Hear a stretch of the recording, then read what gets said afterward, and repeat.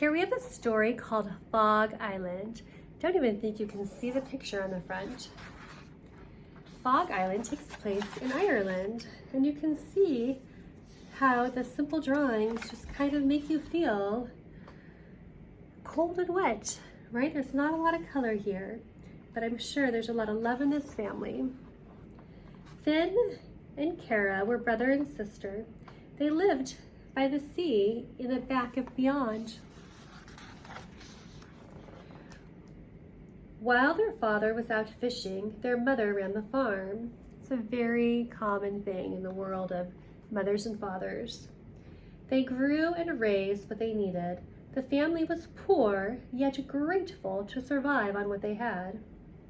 Finn and Kara looked after the sheep and grazed the headland. Oh, there are the sheep in the headland. They go watch after them. It looks like he's got a bunny rabbit, and Kara's feeding the sheep a bottle. It's a beautiful area with the birds. There's a sheepdog.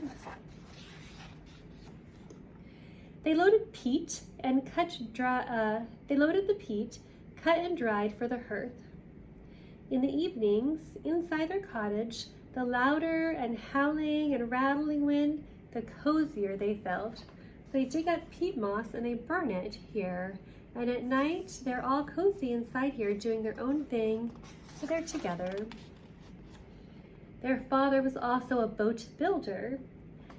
From the bent reeds and tarred canvas, he fashioned a small curragh as a surprise for the children. Never leave the bay, he warned them, and stay clear of Fog Island. It's a doomed and evil place, surrounded by treacherous currents. Those who have ventured there have never returned. And there in the distance, miles offshore, Fog Island loomed like a jagged black tooth. Finn and Kara loved to explore the shoreline and fish on their own, but one day a thick fog rolled in and the tide pulled them out. Swept up by the strong currents, they drifted out to sea. They were lost in total silence, but for the warning of the bell of the buoys. There's the buoy.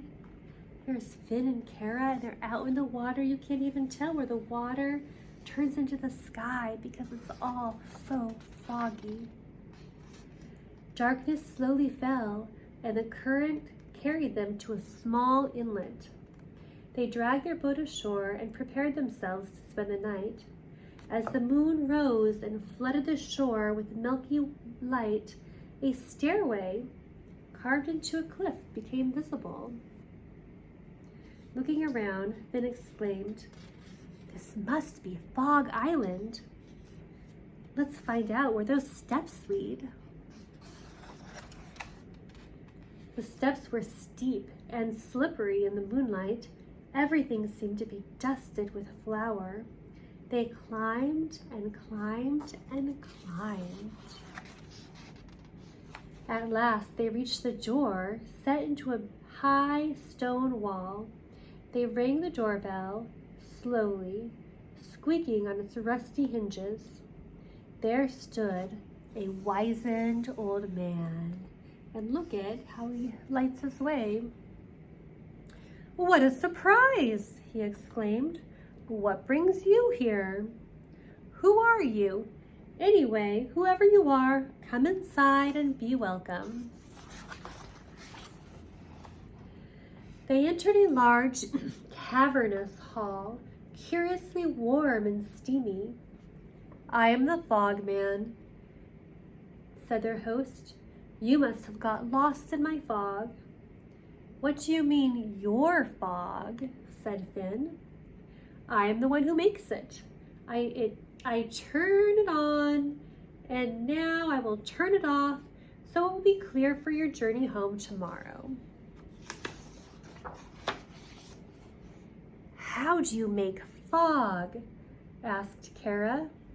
"Let me show you," replied the Fog Man. opening the thick metal door of the enormous boiler. "Look down there." "What do you see?"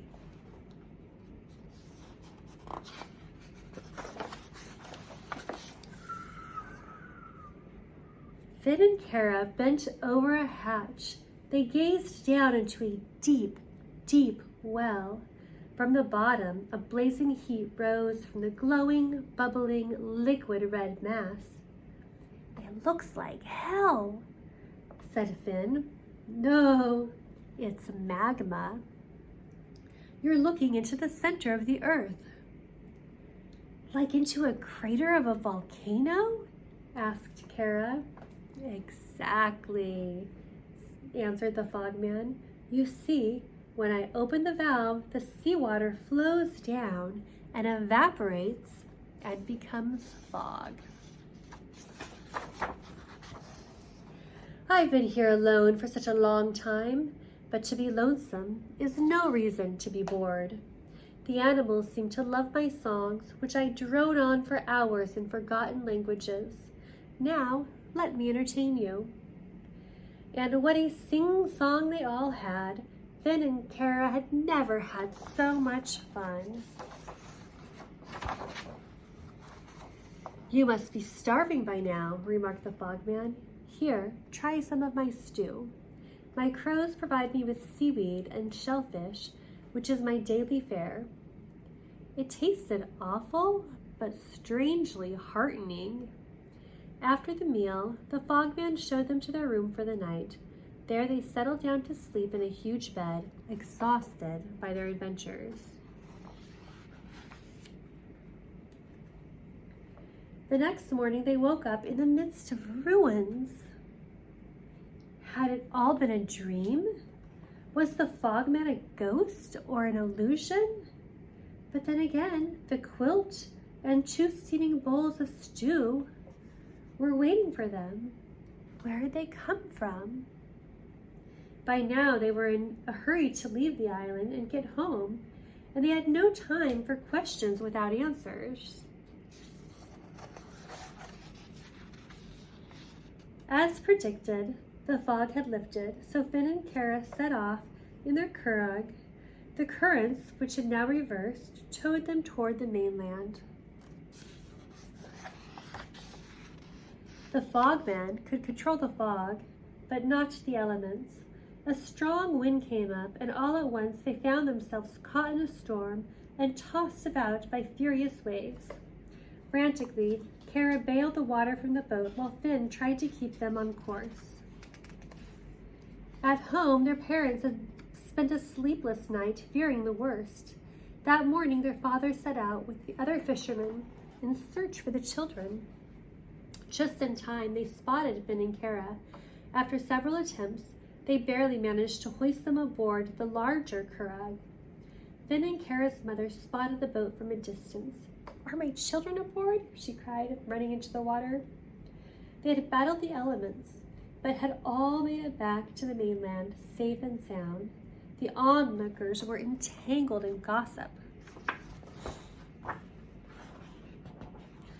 Oh, here they are, safe and sound, mother holding her daughter, and everyone else standing around talking, and they're bringing back the boat.